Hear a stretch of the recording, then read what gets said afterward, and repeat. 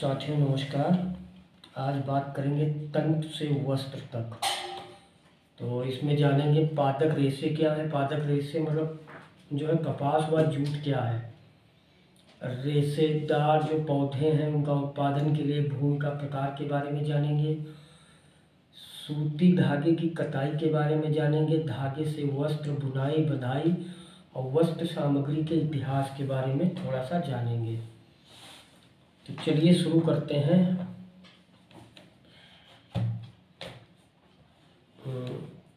साथियों तो आपको जैसे जो कोई त्यौहार, जैसे मान लो दीपावली का त्यौहार आने वाला था, तो आपस में कुछ बच्चे आपस में बातचीत कर रहे थे। तो मैंने पूछा, बच्चों से पूछा कि आप लोग क्या बातचीत कर रहे हैं। तो बच्चे त्यौहार पर पहनने वाले कपड़ों के बारे में बातचीत कर रहे थे। तो एक जो है बच्ची ने खुश होकर बताया कि वह जो है माँ के साथ बाजार गई थी और उसने अपने लिए कढ़ाईदार रेशमी सलवार कुर्ता व जॉर्जेट का दुपट्टा और भाई के लिए कुर्ता पैजामा खरीदा है। दूसरे बच्चे ने बताया कि पैंट शर्ट का कपड़ा लिया है, टेलर के पास डाला है सिलवाने के लिए।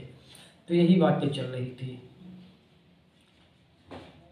तो मैंने उनसे पूछा कि क्या आपकी माँ ने घर के लिए भी कोई सामान खरीदा है। तो उस बच्ची ने कहा हाँ, माँ ने चादर लिए हैं, छोड़ त्योहार आ रहा है, पर्दे लिए हैं, पावदान लिया है, कालीन लिया है, दीपक की बाती बनाने के लिए रुई खरीदी है।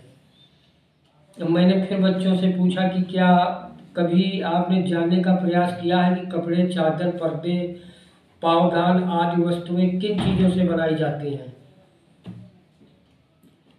बच्चों ने कहा नहीं।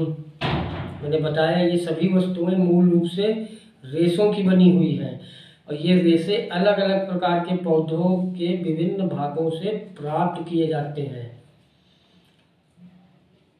तो फिर मैंने चर्चा की कि आज हम लोग जो है पादप रेशों से बने विभिन्न प्रकार के वस्त्र, उनकी प्राप्ति स्रोत और वस्त्र निर्माण की प्रक्रिया के बारे में चर्चा करेंगे। तो पादप रेशे के बारे में फिर मैंने बच्चों को बताया कि कपास व जूट। तो मैंने कहा कि आप अपने मम्मी पापा के साथ जब आप रेडीमेड जो है कपड़े खरीदने के लिए दुकान पर जाते होंगे तो वहाँ पर आपने विविध प्रकार के सूती, रेशमी, ऊनी, नायलॉन, पॉलिस्टर आदि वस्त्रों को देखा होगा। इनमें से कुछ वस्त्र पौधे जो है तथा जंतुओं से प्राप्त रेशों से बने होते हैं और कुछ जो है मनुष्यों द्वारा निर्मित कृत्रिम रेशों से बने होते हैं। पौधे के किसी भाग से प्राप्त किए जाने वाले प्राकृतिक रेशे पादप रेशे कहलाते हैं। पौधे के किसी भाग से, वो भाग आपका बीज हो सकता, पत्ती हो सकता, फल हो सकता, तना हो सकता, तो इनसे जो है प्राप्त किए जाने वाले जो प्राकृतिक रेशे होते हैं इन्हीं को पादप रेशे कहते हैं। कुछ जो है पादप रेशे जैसे रुई, तो रुई आपकी कपास से होता है। तो इसका क्या भाग है, कपास के बीजों से, पौधों का भाग बीजों से। तो जो इसमें जो पौधों का भाग होता है बीजों से जो है रुई निकलता है। कपास जो पौधा है उसमें जो बीज होते हैं उसी में रुई। और जो पौधा होता है पटसन सनाई का, तो उनसे जो जूट रेशा निकलता है तनों से, ठीक है, तनों से। एक होता है पौधा अलसी तीसी, तो उसके रेशे का नाम है फ्लैक्स। वो रेशा जो है पौधे के भाग जो होता है तनों से निकलता, तनों से। ऐसे जैसे नारियल है, तो नारियल से नारियल जटा रेशा जो निकलता है और ये निकलता है जो है फलों से। तो ये तो हुई पादप रेशों की बात की। प्राकृतिक जो पौधों के किसी भाग से, जैसे बीज या बीजों से, तनों से, फलों से, जो है पत्तियों से प्राप्त होने वाले प्राकृतिक रेशे पादप रेशे होते हैं। जैसे रुई, जूट, कपास, जो है नारियल जटा। ऐसे ही जंतुओं से प्राप्त किए जाने वाले प्राकृतिक रेशे जांतव रेशे कहलाते हैं। जांतव रेशे ऊन, भेड़ के बालों से तथा रेशम के रेशम के धागे रेशम कीट के कोकून से प्राप्त किए जाते हैं। इसके अतिरिक्त कुछ रेशों को मनुष्य कृत्रिम ढंग से पेट्रोलियम उत्पादों के जटिल रासायनिक परिवर्तन के पश्चात बनाता है। इन्हें संश्लेषित रेशे कहा जाता है, जिसे नायलॉन है, आपका जो है पॉलिस्टर है, रेयान है। ये कृत्रिम रेशे होते हैं जिनको पेट्रोलियम उत्पादों के जटिल रासायनिक परिवर्तनों के पश्चात जो है बनाया जाता है। आपने देखा होगा कि अपने घर के निकट किसी दर्जी के दुकान पर आप गए होंगे, तो जो सिलाई के बाद बचे कपड़े की कतरन आप ले आओ और कपड़े की प्रत्येक कतरन को स्पर्श करके उसका आप अनुभव कीजिए। कपड़े की कतरन पर सूती, रेशमी, ऊनी, टेरिकॉट आदि का लेबल लगाने का प्रयास कीजिए। इनमें से अब किसी सूती कपड़े के कतरन को हैंडलेस की सहायता से आप देखें तो आप देखेंगे कि प्रत्येक कपड़े में अनेक छोटे छोटे रंग जो है उपस्थित होते हैं और इस सूती कपड़े के एक सिरे से किसी पिन अथवा सुई की सहायता से कुछ धागों को खींचकर बाहर निकालें तो आप देखेंगे कि यह वस्त्र कई धागों के एक दूसरे से मिलकर बुने जाने से बना है, या दूसरे शब्दों में प्रत्येक वस्त्र अनेक धागों के संयोजन से बनता है। मतलब आप दर्जी दुकान पे जाओ तो कतरन लाओ, फिर उसको आप देखिए सही से, तो उसमें बहुत से प्रत्येक कपड़े में छोटे छोटे रंग आपको उपस्थित मिलेंगे। फिर उनको आप सुई से बाहर भी निकाल सकते हैं। अब जब आप सूती वस्त्र से निकाले गए एक एक धागे को मेज पर रखें तो धागे के एक टुकड़े को बाएं अंगूठे से दबाइए और धागे के टुकड़े के दूसरे हिस्से को उसकी लंबाई के अनुदिश दाएं अंगूठे के नाखूनों से खरोंचिए तो आप देखेंगे कि धागा पतली पतली कई लड़ियों में विखंडित हो गया है और यह पतली लड़ियां जो है तंतु या रेशे कहलाती है। तो इस प्रकार जो है वस्त्र धागों से मिलकर बनता है।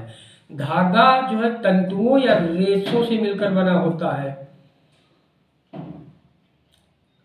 ये जो तंतु होते हैं यानी जो रेशा होता है, रेशे से क्या बनता है धागा, धागे से क्या बनता है कपड़ा, कपड़े से क्या बनता है वस्त्र।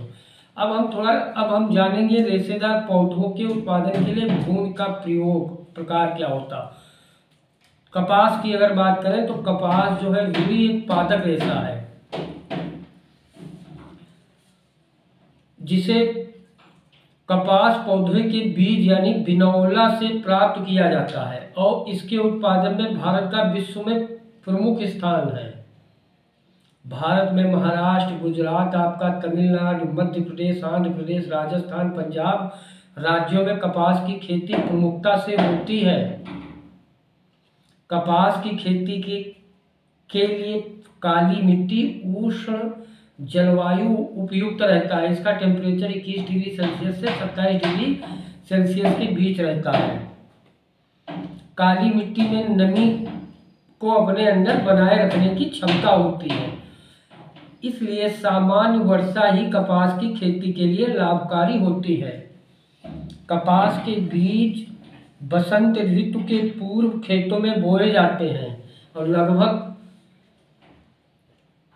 2 माह बाद कपास की झाड़ी तैयार हो जाती है तथा फूलों से भर जाती है और हफ्ते भर में फूल के दल पुंज गिर जाते हैं और नींबू के आकार के हरे फल दिखाई देने लगते हैं। फल के अंदर कपास के 3-4 बीज स्थित होते हैं और प्रत्येक यानी बीज यानी बिनौले, और प्रत्येक बिनौले की सतह से अनेकानेक सफेद रंग के रेशे निकलते हैं। तो पूर्ण परिपक्व जो है फल के फटने पर अधिकाधिक जो है कपास तंतुओं या रेशों से ढके बिनौले दिखाई देने लगते हैं। इन्हें कपास गोलक कहते हैं। आपने देखा होगा बर्फ से ढके खेतों जैसे दिखाई देते हैं। ये कपास गोलकों से ढके जो कपास के खेतों को देखा होगा तो ये बर्फ से ढके खेतों जैसे दिखाई देते हैं। साधारणतः इन कपास गोलकों से कपास को हस्तक्षेप द्वारा प्राप्त किया जाता है। इस प्रकार कपास के गोलकों से कपास के बीज यानी भिनौले को पृथक जो करने की प्रक्रिया को कपास ओटना कहते हैं, मतलब अलग करना। यानी पारंपरिक ढंग से कपास हाथों से ओटी जाती है। आजकल कपास ओटने के लिए मशीनों का उपयोग भी किया जाता है। रुई का उपयोग सूती कपड़ा, चादर जो है पर्दे बनाने में किया जाता है। गद्दा, तकिया, रजाई में रुई भरा जाता है। कपास से विभिन्न प्रकार के कागज बनाए जाते हैं। थोड़ी और जानकारी आपको बता दें कि कपास के बीज यानी बिनौला से तेल भी निकाला जाता है। तेल निकालने के बाद बचे अपशिष्ट को पशुओं को चारे के रूप में दिया जाता है। अत्यधिक पौष्टिक होने के कारण इससे पशुओं के दूध की गुणवत्ता बढ़ जाती है। बीटी कपास होता है। पिछले 3 दशकों में विज्ञान की आधुनिक तकनीक जैव प्रौद्योगिकी द्वारा कपास की एक ऐसी प्रजाति विकसित की गई है जिसे बीटी कपास कहते हैं। इस कपास के पौधों में जो है टॉक्सिन उत्पन्न करने की क्षमता है, जिसके कारण कपास फसलों की कीट पतंगों से रक्षा होती है। देसी कपास की तुलना में इसमें न केवल कपास की उत्पादकता अधिक होती परंतु इसकी गुणवत्ता भी अधिक होती। भारत में पिछले लगभग 15 वर्षों से कई राज्यों में बीटी कपास की खेती हो रही है, जिनमें गुजरात, आपका महाराष्ट्र, आंध्र प्रदेश प्रमुख हैं। अब हम बात करेंगे जूट और जो है पटसन के बारे में। जो है पटसन, जूट एक पादप रेशा है जिसे पटसन पौधे के तने से प्राप्त किया जाता है। और भारत में जूट की खेती मुख्यतः पश्चिम बंगाल, असम, बिहार में की जाती है। और पटसन की खेती के लिए कछार की मिट्टी यानी जलोढ़ मिट्टी सबसे उपयुक्त होती है। और पटसन के बीज वर्षा ऋतु में बोए जाते हैं। पटसन के पौधे 8 से 10 फीट लंबे होते हैं और लगभग 3 माह बाद इसमें पीले रंग के फूल दिखाई देने लगते हैं। सामान्यतः पटसन की फसल को पुष्पन अवस्था में ही काटते हैं, क्योंकि इसी अवस्था में ही पटसन के तनों से लचीले तथा मजबूत जूट के रेशे प्राप्त किए जा सकते हैं। अधिक समय हो जाने पर पटसन के तने दृढ़ हो जाते हैं तो उससे जूट के रेशे निकालना कठिन हो जाता है। फसल की कटाई के पश्चात पटसन पादपों की शाखाओं व पत्तियों की सफाई करके तनों को बंडलों में बांधकर तालाब अथवा किसी स्थान पर रुके हुए जल में डुबोकर रखते हैं। 4-5 दिनों के बाद पौधों के मुलायम भाग गल जाते हैं और रेशे स्पष्ट दिखाई देने लगते हैं। यह क्रिया जल में पाए जाने वाले जीवाणुओं द्वारा होती है और यह प्रक्रिया पटसन की रेटिंग कहलाती है। गले हुए पटसन के तने को हाथों से झटका देकर पीटा जाता है। तत्पश्चात जूट के तंतुओं को खींचकर निकाला जाता है। इस प्रकार प्राप्त जूट तंतु 6 से 8 फीट लंबे, हल्के पीले रंग के, चिकने तथा कपास के रेशों की तुलना में कुछ अधिक मजबूत होते हैं। जूट का उपयोग रस्सी, डलिया, बोरा, टाट पट्टी, दरी आदि बनाने में किया जाता है। जूट की रस्सी, जूट की दलिया, बोरा, इस जो है टाट, इसमें आजकल जूट से बनी सजावट की अनेक सामग्री भी मिलती है। अब हम बात करेंगे सूती धागे की कटाई पर। वस्त्र बनाने से पहले कपास या जूट के तंतुओं को धागा में परिवर्तित किया जाता है। तो अगर इस प्रक्रिया को समझना है तो स्वयं धागा बनाने का प्रयास आप जो है कीजिए। जैसे एक हाथ में कुछ रुई पकड़िए, दूसरे हाथ के अंगूठे तथा तर्जनी के बीच कुछ रुई को चुटकी से पकड़िए और धीरे धीरे रुई से बाहर खींचिए तथा रेशों को लगातार ऐंठते रहिए। इसे दो भागों में बांटिए। पहले भाग को ऐसे ही रहने दीजिए और इसके दूसरे भाग को ऐंठते हुए धागे के रूप में बदल दीजिए। दोनों भागों को बारी बारी से खींचकर तोड़ने का प्रयास कीजिए। आप देखेंगे कि रेशे के अधिक ऐंठे हुए भाग को तोड़ने में दूसरे की अपेक्षा अधिक बल लगाना पड़ रहा है। इसका अर्थ हुआ कि ऐंठने से रेशे तंतु की मजबूती बढ़ जाती है जब उसको ऐंठते हैं। और रेशों से धागा बनाने में रुई के पुंज से रेशों को खींच कर रखते हैं। ऐसा करने से रेशे पास पास आ जाते हैं और धागा बन जाता है। और यह इस प्रक्रिया को कताई जो कहते हैं। कताई के लिए एक सरल युक्त हस्त टकुआ का उपयोग किया जाता है, जिसे बोलते हैं तकली। हाथ से प्रचलित कताई में उपयोग आने वाली एक अन्य युक्त चरखा है, लेकिन अब आजकल जो है बृहद पैमानों पर धागों की कटाई मशीनों की सहायता से किया जाता है। कटाई के पश्चात धागों को रील पर जो है लपेटा जाता है, जो रीलें आप लाते हैं। आपको पता है कि स्वतंत्रता आंदोलन के समय राष्ट्रपिता महात्मा गांधी जी ने ब्रिटेन के मिलों में बने आयातित कपड़ों का बहिष्कार किया तथा चरखों द्वारा हाथ के कटे धागों से बुने वस्त्रों का उपयोग करके इसे लोकप्रियता प्रदान किया। तो इस प्रकार चरखे से बुने वस्त्रों को खादी का नाम दिया गया। तो अब धागे से वस्त्र बनाने की क्या विधियां हैं? तो इनमें से एक है बुनाई, एक है बंधाई। एक मोटी सूती कपड़ा, दरी, जूट का बोरा तथा चटाई को ध्यान से देखिए। सूती कपड़ा हो आपका, दरी, जूट का बोरा, चटाई को ध्यान से देखिए। क्या आप उसमें देखेंगे समानता? तो हैंडलेंस की सहायता से इनमें बुने आड़े व खड़े धागों पर जो है ध्यान दीजिए। पुराने कपड़ों से पतली पतली कई पट्टियां लंबाई में आप उसको काट लीजिए। कुछ पट्टियों को समांतर ढंग से सजाकर रख दीजिए। दूसरी पट्टी को समांतर पट्टियों में से एक पट्टी के ऊपर तथा उसके बगल वाली पट्टी के नीचे से गुजारते हुए पिरोते जाइए। इस प्रकार क्रम में कई पट्टियों से यही क्रिया जो है दोहराते जाइए। आपकी एक छोटी चटाई जो है तैयार हो जाएगी। इस प्रकार आप रंगीन कागज की पट्टियां काट कर रंग बिरंगी चटाई भी बना सकते हैं। तो धागों के दो सेटों को आपस में व्यवस्थित करके वस्त्र बनाने की प्रक्रिया को बुनाई कहते हैं।